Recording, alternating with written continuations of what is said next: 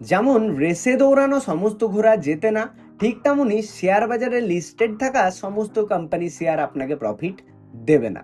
যার কারণে যে আপনার ফ্রেন্ডস বা কোনো রিলেটিভস বা কোনো টেলিগ্রাম চ্যানেল থেকে টিপস পেয়ে আপনি চোখ বন্ধ করে একটি কোম্পানির শেয়ার কিনে নিচ্ছেন, এটা কিন্তু করলে হবে না। কেননা আপনি যদি চোখ বন্ধ করে আপনার কষ্টের টাকা শেয়ার বাজারে লাগিয়ে দেন, তাহলে টাকা গ্রো করা তো দূরের কথা, টাকা কিন্তু লস হয়ে যাবে। যার কারণে কোনো কোম্পানির শেয়ার কেনার আগে আপনাকে এই 8টি পয়েন্টস কিন্তু চেক করতেই হবে, নইলে কিন্তু আপনারও টাকা গ্রো করবে না।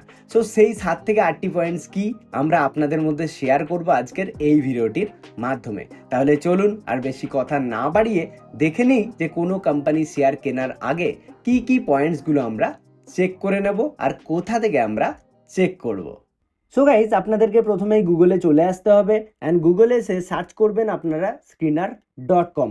আর এই screener.com থেকেই কিন্তু আমরা অ্যানালাইসিস করব। তো প্রথমেই বলি, এটা কিন্তু কোনো প্রমোশনাল ভিডিও নয়। সো দেখুন, এখানে আপনারা প্রথমে আপনাদের যে জিমেল রয়েছে সেটা দিয়ে লগ ইন করে নেবেন। তারপরে দেখুন, এখানে আমরা দেখতে পাচ্ছি যে একটি সার্চ অপশন দেওয়া আছে। এখানে আপনারা সার্চ করবেন যে কোম্পানিতে আপনারা বিনিয়োগ করার কথা ভাবছেন। সো ফর অ্যান এক্সাম্পল এবং এডুকেশনাল পারপাসের কারণে আমি এখানে একটি কোম্পানিকে সার্চ করছি, ঠিক আছে। তো দেখুন, আমরা এখানে একটি কোম্পানিকে সার্চ করে নিয়েছি। তো এই কোম্পানির ব্যাপারে এবার আমরা কি কি জিনিস দেখব। সো প্রথমেই আমরা দেখব যে কোম্পানিটির বিজনেস কি নিয়ে, মানে কোম্পানিটি কি করে সেটা কোথা থেকে জানতে পারবো। দেখুন, রাইট সাইডে অ্যাবাউটের অপশন রয়েছে এবং এখানে যে রিড মোরের অপশন রয়েছে, রিড মোরে আমরা প্রেস করব। আর দেখতে পাচ্ছি এখানে কোম্পানির ফুল ডিটেলস চলে এসেছে, যে কোম্পানিটি কি বানায়, কোম্পানিটির মানে ম্যানেজার কে রয়েছে, কে কোম্পানিটির মালিক রয়েছে, এরা কোন কোন সেগমেন্টে রয়েছে, ঠিক আছে। তো সমস্ত কিছু আপনাকে জানতে হবে এবং বুঝতে হবে যে কোম্পানিটি কি করে। তো এটা হচ্ছে আমাদের প্রথম ক্রাইটেরিয়া। নাম্বার 2 এ হচ্ছে রেভিনিউ অ্যান্ড প্রফিট গ্রোথ আমাদেরকে জানতে হবে, যে কোম্পানিটির সেলস কেমন হচ্ছে, কোম্পানিটি নেট প্রফিটে আছে কিনা। সো সেটা আমরা কোথা থেকে জানবো, সেটা আমরা এই যে প্রফিট অ্যান্ড লসের যে সেগমেন্ট দেখতে পাচ্ছি ওপর দিকে, এখানে আমরা প্রেস করে দেবো। দেখুন, এখানে আমরা দুটো জিনিস দেখব। এক হচ্ছে সেলস। এই যে সেলস, এটা কি বাড়ছে? দেখুন, কন্টিনিউয়াসলি কিন্তু 2022 থেকে আমরা যদি 2026 অবধি দেখি, কি দেখব না, বেড়েই চলেছে, মানে ইনক্রিজমেন্ট হচ্ছে, বেটার। আর যদি দেখতাম যে কমছে, মানে ডিক্রিজ হচ্ছে, তাহলে কিন্তু সেটা আমাদের জন্য নেগেটিভ পয়েন্ট হতো, রাইট। তারপরে আমরা কি দেখবো, যে নেট প্রফিট, নেট প্রফিট কি বাড়ছে নাকি কমছে। দেখুন, নেট প্রফিট যদি আমরা লক্ষ্য করি, দেখবো নেট প্রফিটও কিন্তু ওপর থেকে মানে নিচের থেকে ওপরেই যাচ্ছে, 67,000 কোটি থেকে 74,000 কোটি, 79,000, 81,000, 95,000 কোটি, ঠিক আছে। মানে কি অবশ্যই বাড়ছে, তো ভালো পয়েন্ট। অর্থাৎ কি, আমরা রেভিনিউ অ্যান্ড প্রফিট গ্রোথ দেখলাম, যেখানে সেলস আর নেট প্রফিট আমরা চেক করলাম। এটা গেল 2 নাম্বার পয়েন্ট।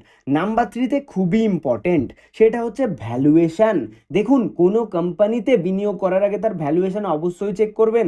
ভ্যালুয়েশন মানে কি, কোম্পানিটি কি ওভার ভ্যালুড নাকি আন্ডার ভ্যালুড, এটা কিভাবে বুঝবেন।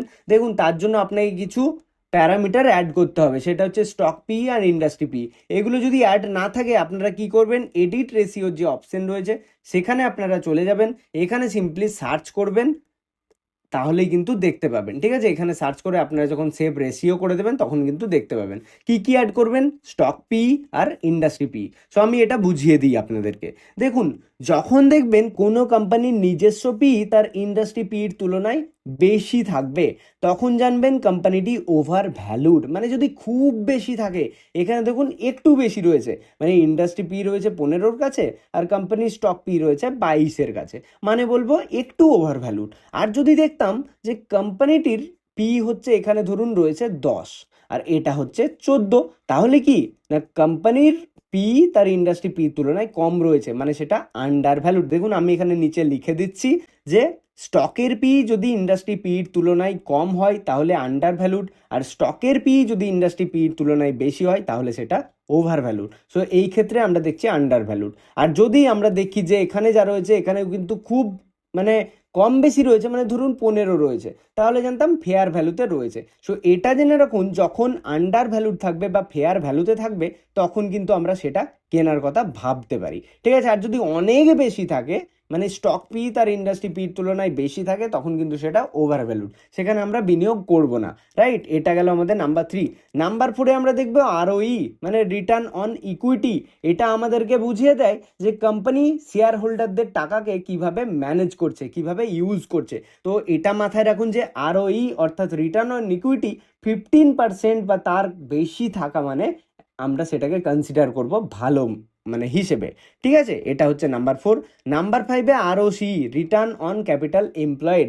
এটুকু জেনে রাখুন যে আরওসি যদি 10% 15% হয়, মানে যত বেশি তত কিন্তু ভালো, রাইট? অর্থাৎ আরওই আর আরওসি 15%-এর কাছাকাছি বা তার বেশি থাকলে ভালো। এটা যদি নেগেটিভ থাকতো মানে মাইনাসে থাকতো তাহলে তো আমরা যেতামই না, ইগনোর করে দিতাম, রাইট? এটা গেল আমাদের 5 নাম্বার পয়েন্ট। আর নাম্বার 6-এ দেখবো আমরা ডেট, মানে কোম্পানিটি কতটা পরিমাণে লোনে ডুবে রয়েছে।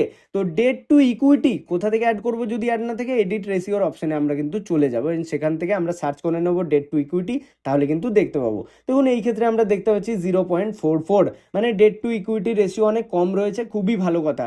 এটা যদি দেখতাম 2% 3%-এর বেশি রয়েছে তাহলে জানতাম কোম্পানিটি অনেক বেশি মানে লোনে ডুবে রয়েছে, সেই সমস্ত কোম্পানিকে আমরা ইগনোর করব। অর্থাৎ ডেট টু রেশিও মানে ইকুইটি রেশিও যত কম হবে তত কিন্তু ভালো, রাইট? এটা হচ্ছে আমাদের নাম্বার 6। নাম্বার 7-এ প্রোমোটার হোল্ডিং।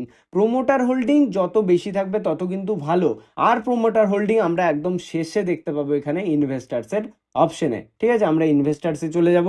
দেখুন এখানে এই যে প্রোমোটার্সের হোল্ডিংস রয়েছে, এটা যদি বাড়ে বা কনসিস্টেন্ট থাকে তাহলে কিন্তু ভালো, আর যদি অনেক বেশি কমতে থাকে তাহলে জানবো কোম্পানিটির মধ্যে কিছু উইকনেস বাড়ছে, তাই সেই কোম্পানিতে বিনিয়োগের কথা আমরা ভাববো না, রাইট? এটা হচ্ছে আমাদের নাম্বার 7। আর লাস্টে আমরা যেটা দেখবো সেটা হচ্ছে ক্যাশ ফ্লো। দেখুন এই যে ক্যাশ ফ্লোর অপশন রয়েছে, মানে কোম্পানিটি কি ক্যাশ বার্ন করছে নাকি ফ্লো করছে। যদি এটা পজিটিভে থাকে এবং বাড়ে, মানে ধরুন ইনক্রিজ হচ্ছে, তাহলে কিন্তু ভালো।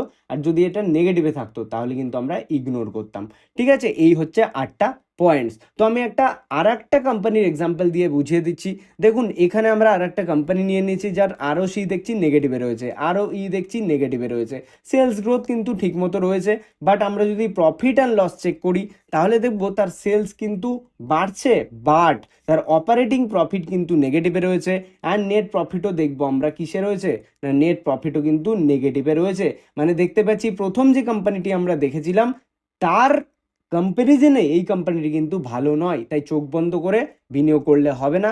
সিম্পলি আপনারা জাস্ট এই 7টি পয়েন্টসকে চেক করবেন যে কোম্পানিটি কি করে, তার রেভিনিউ, প্রফিট গ্রোথ, তার ভ্যালুয়েশন, আরওই, আরওসি 15%-এর কাছাকাছি থাকা ভালো, ডেট যত কম থাকবে তত ভালো, প্রোমোটার হোল্ডিং যদি ইনক্রিজ হয় বা সেম থাকে ভালো, আর যদি ডিক্রিজ হয় তাহলে খারাপ, আর ক্যাশ ফ্লো যদি পজিটিভে থাকে তাহলে কিন্তু ভালো। এই হচ্ছে আমাদের 8টি টোটাল পয়েন্টস। অর্থাৎ চোখ বন্ধ করে বিনিয়োগের থেকে এই 8টি পয়েন্টস আপনারা সিম্পলি ফ্রিতে চেক করে নিন, তারপরেই কিন্তু বিনিয়োগের কথা ভাবতে পারেন, ঠিক আছে? তো এই হচ্ছে ব্যাপার। সো গাইজ এই ছিল আমাদের আজকের ভিডিও। আশা করছি আপনারা বুঝতে পেরেছেন যে কোন কোন পয়েন্টসগুলো আমাদেরকে দেখেই বিনিয়োগ করাটা দরকার। যদি আজকের এই ভিডিওটি ভালো লাগে, নতুন কিছু শিখতে পেরেছেন, তাহলে অবশ্যই লাইক করে হাইপ করে দিন, আর পাশাপাশি চ্যানেলটিকে সাবস্ক্রাইব করে পাশে থাকা বেল আইকনটিতে প্রেস করে দিন। চলুন দেখা হচ্ছে পরবর্তী ভিডিওতে। সবাই ভালো থাকবেন, সুস্থ থাকবেন, ধন্যবাদ।